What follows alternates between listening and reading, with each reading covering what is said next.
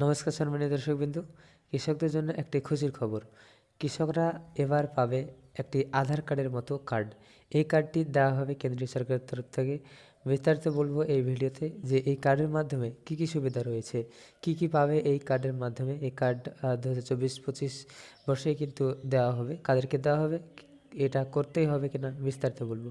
ভিডিওটি আপনারা সম্পূর্ণ দেখতে থাকুন। ভিডিওটি ভালো লাগলে লাইক করবেন, চ্যানেলটি সাবস্ক্রাইব করে বেল আইকন অল প্রেস করে রাখবেন। তো একটা আর্টিকেলে কী বলা হয়েছে সেটা একবার দেখে নেব। আধার কার্ডের মতো এবার অন্যান্য আরও একটি বিশেষ কার্ড পাবেন দেশের কৃষকরা।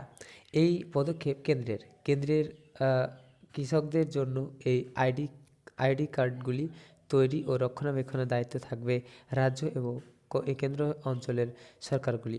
2024-25 অর্থবর্ষ থেকেই এই কার্ড দেওয়া শুরু হবে। এই বছরে 6 কোটি কৃষক এই কার্ড পাবেন। জানা যাচ্ছে 2025 সালের মার্চের মধ্যে প্রথম 6 কোটি কৃষক এই আইডি পাবেন। এরপর 2025-26, 26-27 এই বাকি ধাপে বাকি কার্ডগুলি বন্টন হবে। কৃষকদের ঘিরে নানান সুবিধা দিতেই এই উদ্যোগ বলে জানা গিয়েছে। এই কার্ডের মাধ্যমে কৃষক সম্পর্কিত নানান তথ্য সুযোগ সংযুক্ত থাকবে। একজন কৃষকের কাছে কতটা জমি রয়েছে তা জানতে পারবে সরকার। এছাড়াও জানা যাবে সেই মরশুমে কৃষক কোন ফসলের চাষ করেছেন। দেশের কৃষকদের ডিজিটাল পরিচয়পত্র দিতে এই কার্ড তাৎপর্যপূর্ণ।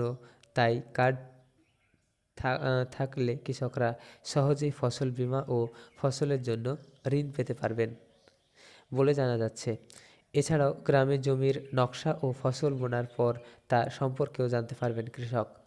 তো এই কার্ডটি মূলত একজন কৃষকের সম্পূর্ণ ডিটেলস থাকবে এখানে। এই কার্ডের মাধ্যমে সরকার জানতে পারবে যে এই কার্ড যদি থাকে তাহলে একজন কৃষক সম্পূর্ণ তথ্য তিনি পেয়ে যাবেন, প্লাস এখানে থাকবে। এছাড়াও এই কার্ডের মাধ্যমে কিন্তু বিভিন্ন ঋণ তারা চাষ করার জন্য ফসলের জন্য পেয়ে যাবে। এটা একটা বড় সুবিধা। তো এই ছিল একটি ছোট একটি ভিডিওটি করে আপনাকে জানানোর চেষ্টা করলাম।